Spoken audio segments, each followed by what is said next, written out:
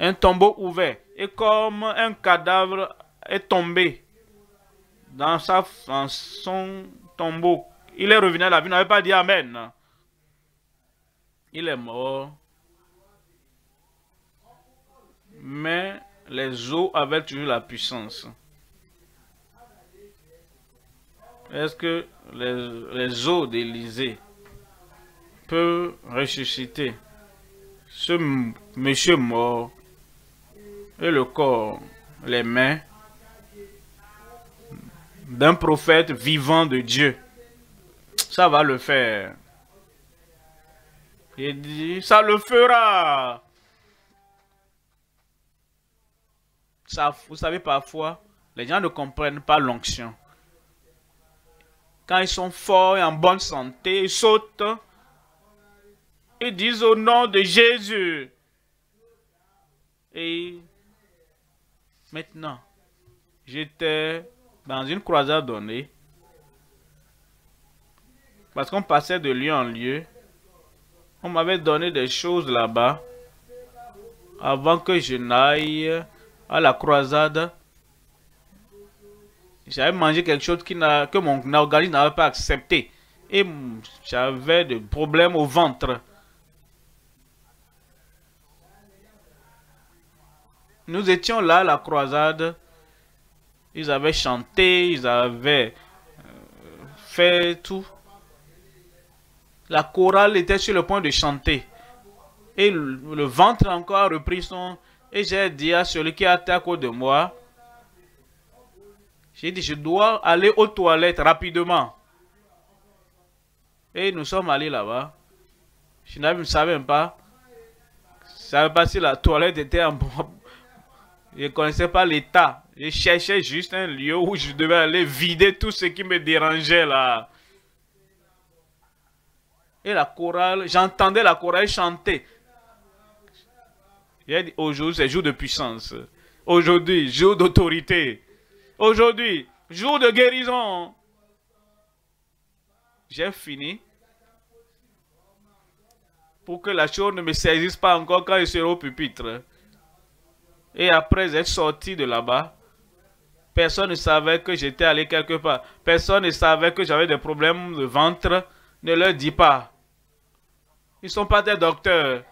S'il n'est pas un docteur, ne lui dis rien. Si elle n'est pas une infirmière, elle n'a pas besoin d'en savoir. Qu'est-ce qu'il va faire avec l'information qu'elle ne peut pas gérer? Je n'ai rien dit à personne. Quand le pasteur d'État savait là-bas, savait que j'étais allé quelque part pour faire quelque chose qui m'était personnel. Quand j'ai fini, j'étais revenu.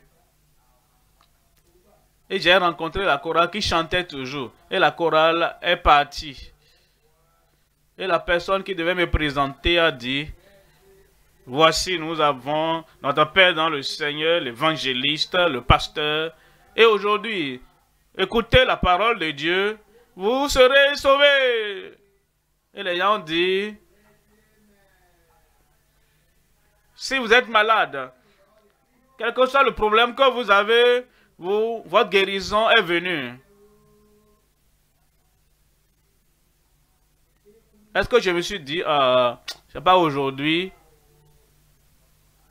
Parce que moi-même, ça ne va pas. Comment un homme qui est dans cet état peut relever quelqu'un d'autre qui est aussi en bas? Non, je n'étais pas malade. Mon ventre avait un signal que ce que j'ai mangé n'était pas ce que je voulais. Mais mon esprit n'avait pas problème de ventre. Hein. L'onction n'avait pas les mots de problème, les mots de ventre. La puissance qui a ressuscité Christ d'entre les morts n'avait pas de doute. Toute la présentation, j'ai dit oui. Aujourd'hui, c'est une bonne introduction. Et j'étais venu dans le nom du Seigneur, pas en mon nom. Et une fois que j'étais arrivé là-bas, j'ai oublié les problèmes de ventre. Tu vas oublier le ventre. Tu vas prêcher la parole. J'ai lancé l'appel et les gens ont répondu à l'appel. Après cela, j'ai dit maintenant, prions. Nous allons prier pour les malades. Quel que soit votre défi, vous serez guéris aujourd'hui. Et nous avons prié. Ce n'est pas du ventre que je priais du cœur. Je ne priais pas des problèmes, je priais sur la base des promesses. Je veux vous dire, depuis dormir la ville, les gens vont se rappeler. Et les aveugles ont commencé à voir. Les paralytiques ont commencé à marcher. Et de grandes choses se sont produites. La même chose va t'arriver. Nous ne regardons pas les choses qui sont autour de nous. Nous regardons aux choses qui sont au-dedans. Et à cause de ça, nous sommes capables, dans la force du Seigneur, dans la puissance du Seigneur, nous arrivons à faire ce que le Seigneur nous appelle à faire.